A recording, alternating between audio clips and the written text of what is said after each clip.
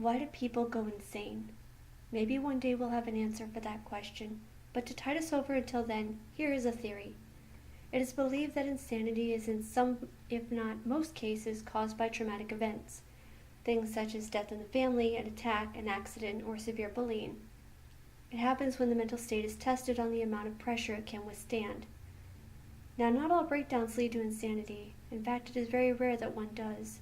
For example, when a child feels like mommy and daddy loves little sis more than them, incidents like this are not high enough on the pressure scale to cause mental collapse. I've been studying the human mind for years, and recently I came across a most unusual specimen. I was working as a psychiatrist at Bethlehem Royal. It was early October, and I was attempting to console one of the mentally ill when some of my fellow doctors and security guards came through with a new patient. I was intrigued and I stepped out of my session to go observe the situation. I asked one of the guards what was going on, and they said they had received a new patient transferred here from Japan. I was curious, so I went back to my office and pulled up her files on the monitor. Her name was Itami, a name that if translated in English means pain. I scoffed at the irony. She was 14, above average height with a slight mutation giving her elongated ears of that of an elf. And she had a history of violent behavior. Itami was a foster child with no memory of her biological parents. Her foster parents made note that she was a very distant child and spent most of her time avoiding any sort of contact with others. There were no theories on how her mental state had deteriorated. I thought it was odd. Usually the doctors would have some idea as to what caused the patient's dementia, but she was an anomaly. I decided I would make it my top priority to watch her and study her behavior to form some kind of conclusion on her condition. The next day, I reviewed her schedule. She had originally been assigned to Dr. Martinig, but I had put up a fight to have her in my support group at last night's meeting. Today would be her first group session, and I was rather looking forward to it. I left my office to head into our support group meeting room when I saw Renee frantically running from Itami's room. I jogged over to her and asked her what had happened. She attacked Susan. When I tried to pull her off of her, she attacked me. I saw that there were multiple cuts on Renee's face and arms. What did she attack you with? I asked.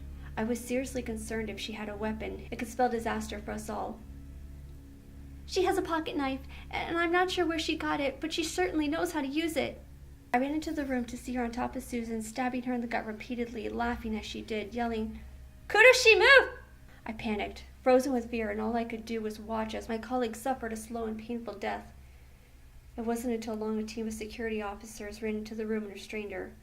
She fought and gnashed her teeth, but they were able to constrict her movements, and they quickly removed her from the room.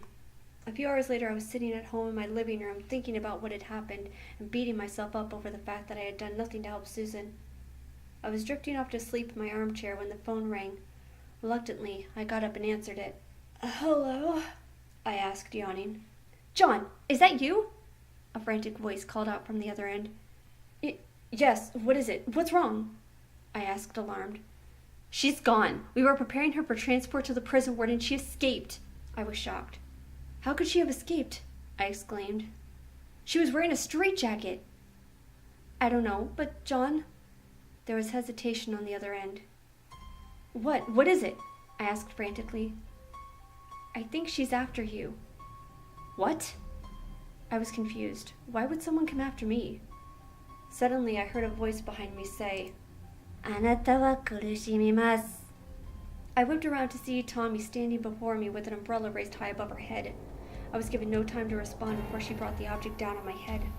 I stumbled and fell to the ground and watched as she laughed and knelt down to speak to me. I could hear Renee's voice on the phone and asking what happened. "There is no explanation," Itami said. What do you mean?" I croaked out. "I mean, there's no way to explain my so-called condition. I find the suffering of others amusing, and therefore I inflict pain. It's as simple as that. I find it that it's much more fun to toy with them before they die. But you and I don't have time for that, so I'm afraid this is where we say goodbye." She stood up, turning the umbrella so the sharp end was aimed at my head. "Anata wa shigo no shiwase o mitsukuru komo kushirenai," she said. The last thing I saw was the sharpened tip of the umbrella quickly approaching as she smiled down at me.